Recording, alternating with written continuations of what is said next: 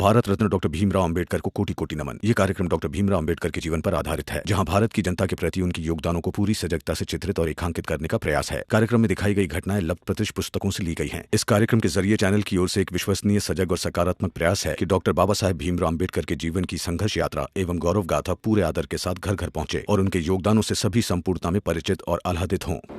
हितेश भाऊ, जोक को अस्पताल ले चलो, पैसा है अपने पास। चलो चलो जनार्दन, उधर से पकड़ो पकड़ो।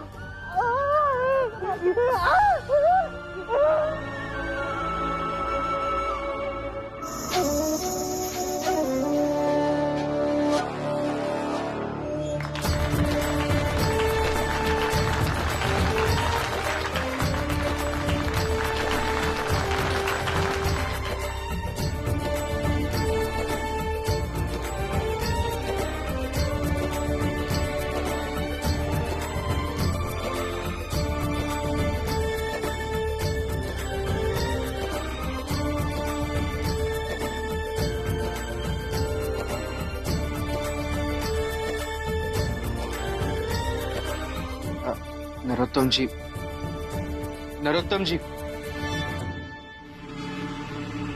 काम हो गया है। अभी वो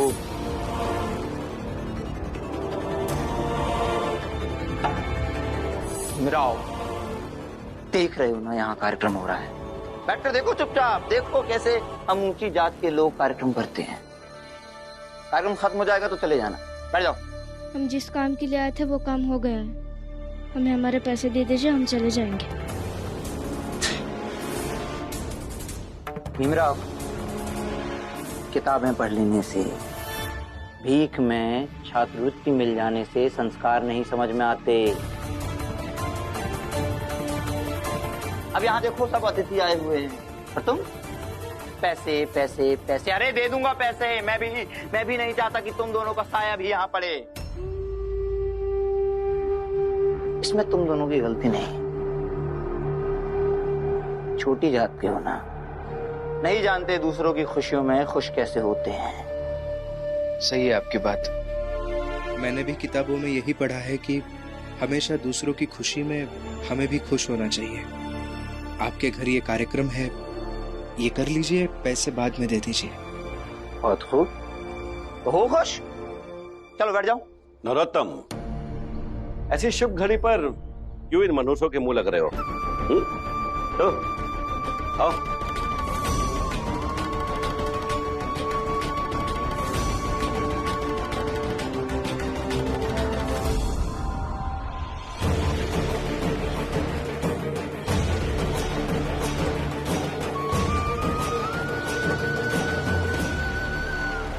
आप लोगों को बहुत बहुत बधाई हो। नरोत्तम, रेशम सेठ कहाँ है? दरअसल काका को कुछ काम आ गया था, इसलिए वो बाहर गए।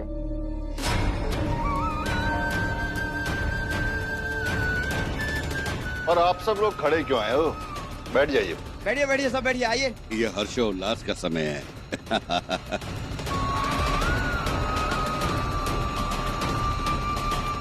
पापा, मैं कुछ नहीं सुनने वाला हूँ।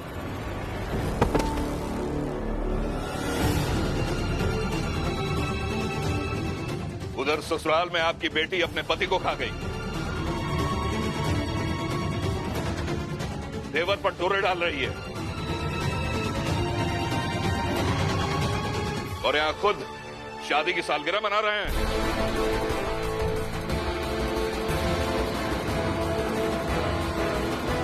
नहीं, अब मत चाहिए। संभालिए इसे, विधवा है, विधवा जो विधवा होकर भी विधवा धन का पालन नहीं कर रही है। ना तो सिर मुंडवाया, ना ही सात्विक जीवन जीने को तैयार है। अरे रखिए ऐसी बेटी को अपने पास। इसकी जिम्मेदारी तो हमने उसी दिन पूरी कर दी थी जिस दिन हमने इसका कन्यादान किया था। और इतना कष्ट क्यों किया तुमने इसे खींच कर यहाँ तक लाने का? रास्ते में नदी थी, कई कुएं थे, किसी में भी डुबोकर मार देते इसे।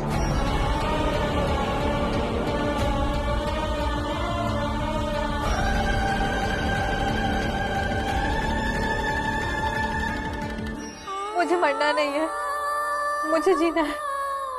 आई आई मुझे मरना नहीं है। आई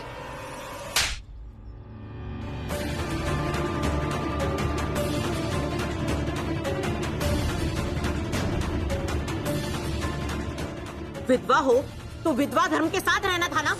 अपने देवर को फंसाकर ईश्वर की मर्जी से उलट जिंदगी देख रही थी। पता है ना ये सब पाप है। फंसाकर नहीं, रिश्ता बनाकर।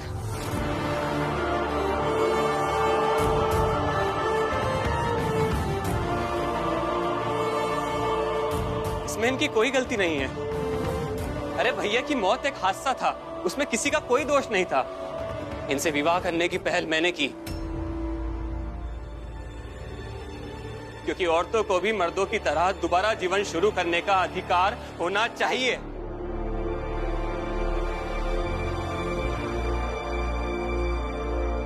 इधर आ।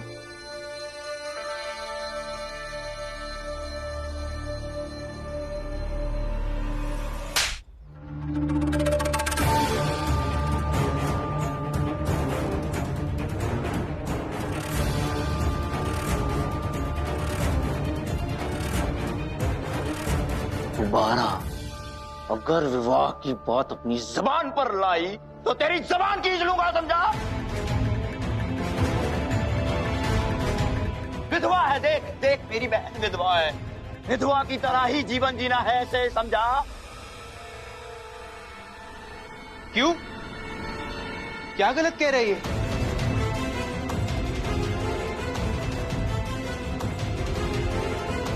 भीमराव, ये पकड़ पैसे, ये पकड़ और निकल यहाँ से, समझा? मेरे घर का व्यक्तिगत मामला है। एक शब्द तूने बोला और तेरी जबान खींच लूंगा, समझा? निकल यहाँ से, निकल।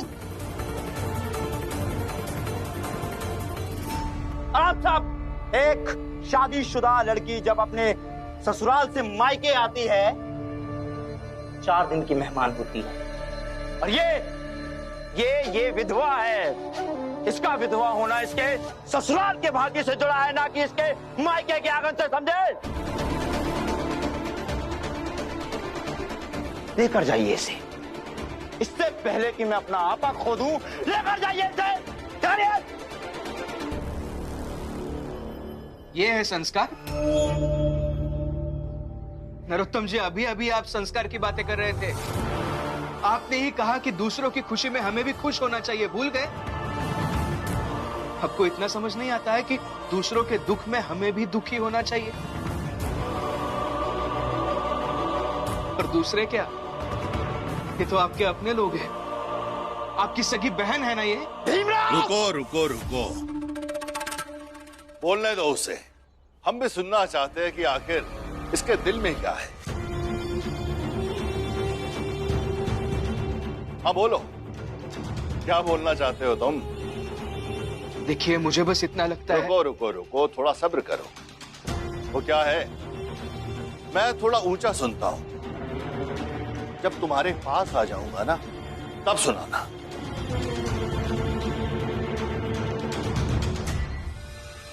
आज हमारी सालगिरह है, जो करेंगे साथ ही करेंगे। आओ।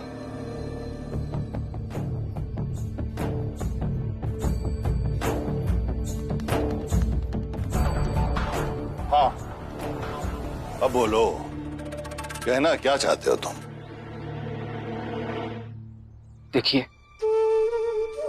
आपके समाज में रहने वाली विधवा औरतों के लिए जीवन जीना रोज मरने के बराबर होता है।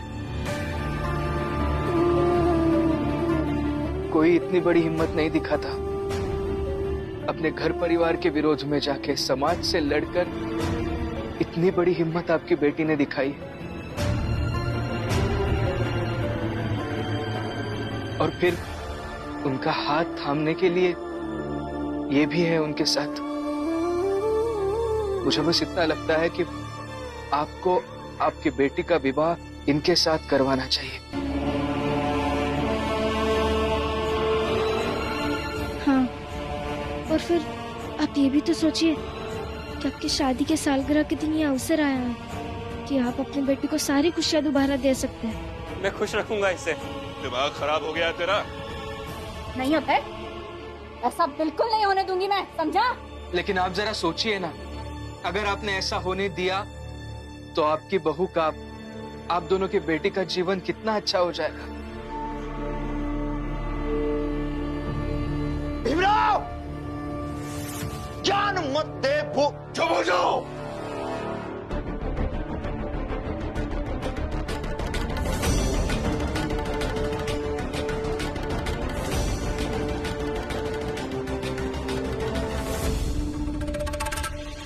भैया, शायद आपको पता नहीं होगा, जीजाबाई मायके से थोड़े पैसे लेकर आई है और वही पैसे वो चाल में ये औरतों को बांट रही है। फुलिया तो बहन वही पैसे लेके जोकू का इलाज कराने गई है। भैया, जब से वो आई है तब से कुछ बदली बदली सी लग रही है। ये उसकी कोई चाल तो नहीं होगी?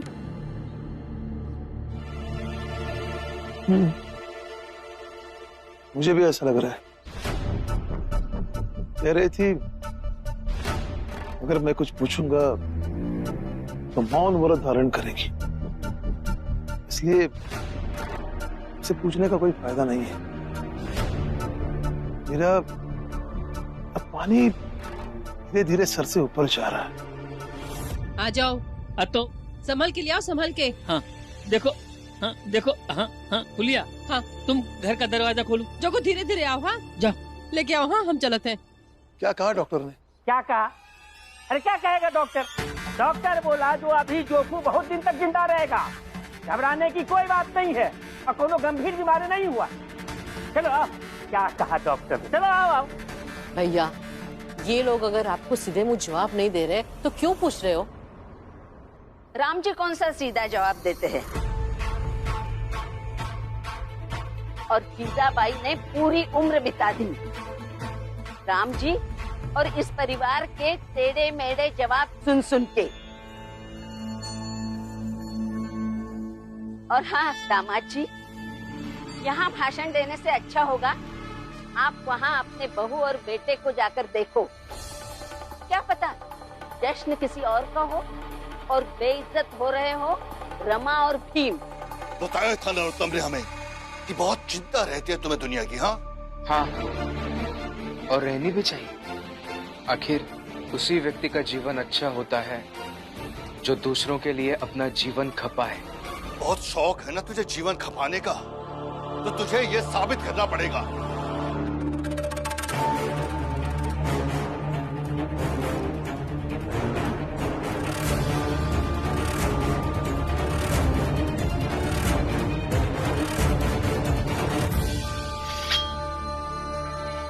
बड़ा शौक है ना तुझे जीवन खपाने का, तो बड़ा अपना कदम आगे और पार कर ले चौखट। छोटी सी तो बात है। हाँ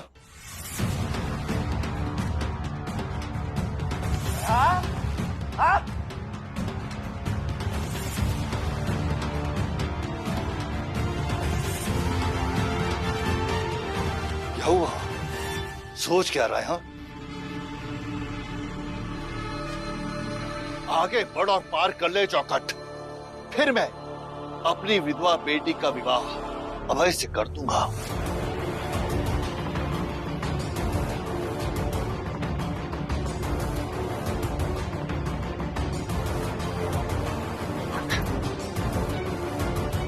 आप घर चलिए, मुझे ये कुछ ठीक नहीं लग रहा। चलिए। रुको,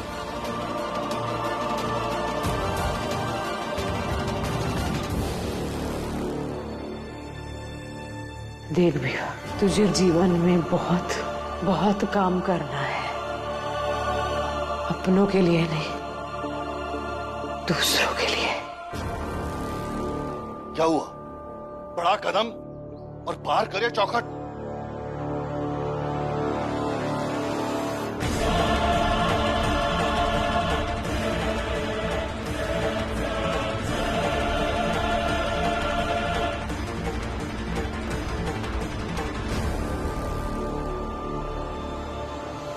तूने क्या सोचा कि तू इस चौखट को इतनी आसानी से पार कर जाएगा और मैं करने दूंगा? क्या तू भूल गया अपनी जात और हमारी जात? अंदर आने के लिए तुम्हें अपनी जान देनी होगी। तो बोलो, क्या तुम तैयार हो अपनी जान देने के लिए और मेरी विधवा बेटी को न्याय दिलाने के लिए?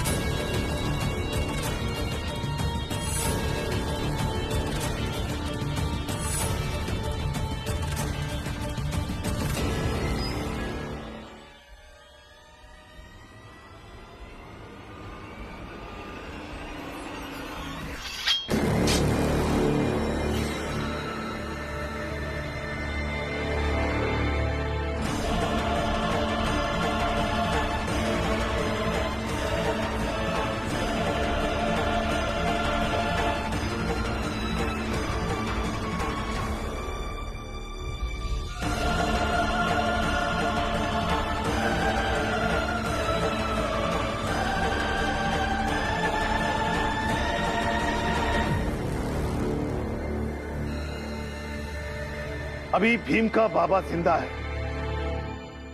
जो आप सबके उकसावे में आने से उसे रोक सके और उसकी जान भी बचा सके।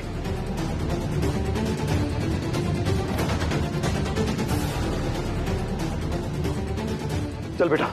नहीं बाबा, ये लोग यहाँ गलत कर रहे हैं, बहुत गलत कर रहे हैं। रमा तुम समझाओ ना बाबा को। चल। हम जा नहीं सकते बाबा यहाँ।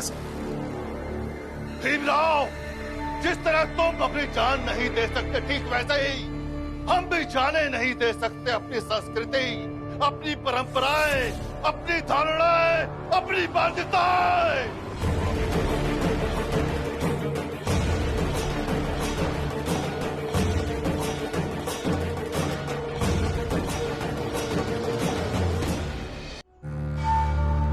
और आप अभी तक यही खड़े हैं अपनी उस विधवा बहू को लेकर।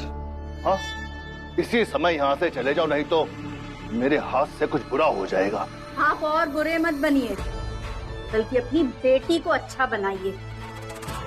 अरे समझाइए उसे कि विधवा होना क्या होता है। और अगर आप उसे समझाने में कामयाब हो जाएंगे और अगर आपकी बेटी विधवा धर्म को अपना लेती है और उस रास्ते पर चलती है, ले जाएंगे हम उसे। वैसे भी अगर ये नहीं रहेगी तो घर में काम के लिए नौकरानी तो रखनी पड़ेगी। इससे अच्छा है यही रहे, घर के काम भी कर लेगी, 2 वक्त का खाना खाएगी और इसका जीवन भी कट जाएगा। बड़ा सुना था आपके बारे में, सब कहते हैं कि आप समाज चलाते हैं और आपकी अपनी ही बेटी सामाजिक मान्यताओं की धज्जियां उड़ा रही है। आप में थोड़ी भी शर्म है तो पहले अपनी बेटी को समझाइए। चलो। आई बाबा, मैं निर्मला को नहीं छोड़ सकता। मैं कुछ नहीं सुनना चाहता हूँ, घर चलो। नहीं नहीं बाबा, चल। मैं निर्मला को नहीं भूल सकता बाबा। बाबा छोड़िए बाबा। चल। बाबा मेरा हाथ छोड़िए बाबा।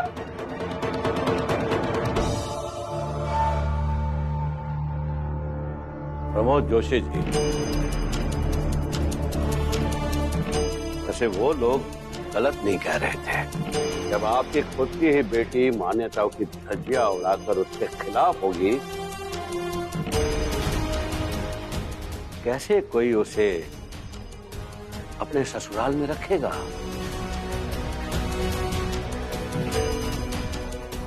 फिर इसे सबक हम ही सिखाएंगे। सालगिरह का जश्न तो होता रहेगा। ले जाओ इसे। जी बाबा। चल। हम ऐसे शांत नहीं बैठ सकते बाबा, क्यों लेकर आए? बाबा बताइए ना। बाबा रुक जाइए। भीम, मेरी बात कान खोलकर सुन लो। तुम उनके बीच नहीं जाओगे, वो उनके घर का मसला है। देखिए बाबा, मैं आपकी चिंता समझता हूँ, लेकिन नरोत्तम जोशी की बहन निर्मला। सिर्फ नरोत्तम जोशी की बहन क्यों? सुरेश, महेश, रमेश, नेहा, पूजा, इन सब के रिश्तेदारों में भी कोई ना कोई विधवा होगी। आप एक काम कीजिए, उन सब के लिए जाइए। कोई कहेगा कि आग में जलकर राख हो जाए, तो कोई कहेगा कि खाई में कूद के अपनी जान दे दो तो वो खुशी का पहाड़ बना देगी, तो कोई कहेगा कि चाकू लेकर खुद को मार दो, हम उस विधवा को उसकी जिंदगी दे देंगे। अरे एक भीमराव कितनी बार दूसरों के लिए खुद को खत्म करेगा, और क्यों करेगा? उतना ही करेगा ना जितना संभव हो। बेटा, जलाने के लिए आग का जिंदा रहना भी जरूरी है और तुम एक आग हो जो समाज की कुरीतियों को जलाओगे, लेकिन खुद को बुझने ना देना यह भी तुम्हारी जिम्मेदारी है। और इस बात को तुम अच्छी तरह से समझ लो, पूरी दुनिया को तुम अकेले नहीं सुधार पाओगे, ना ही संभाल पाओगे, लेकिन बस तुम उनकी मदद करने नहीं चाहोगे, ये मेरी आज्ञा है।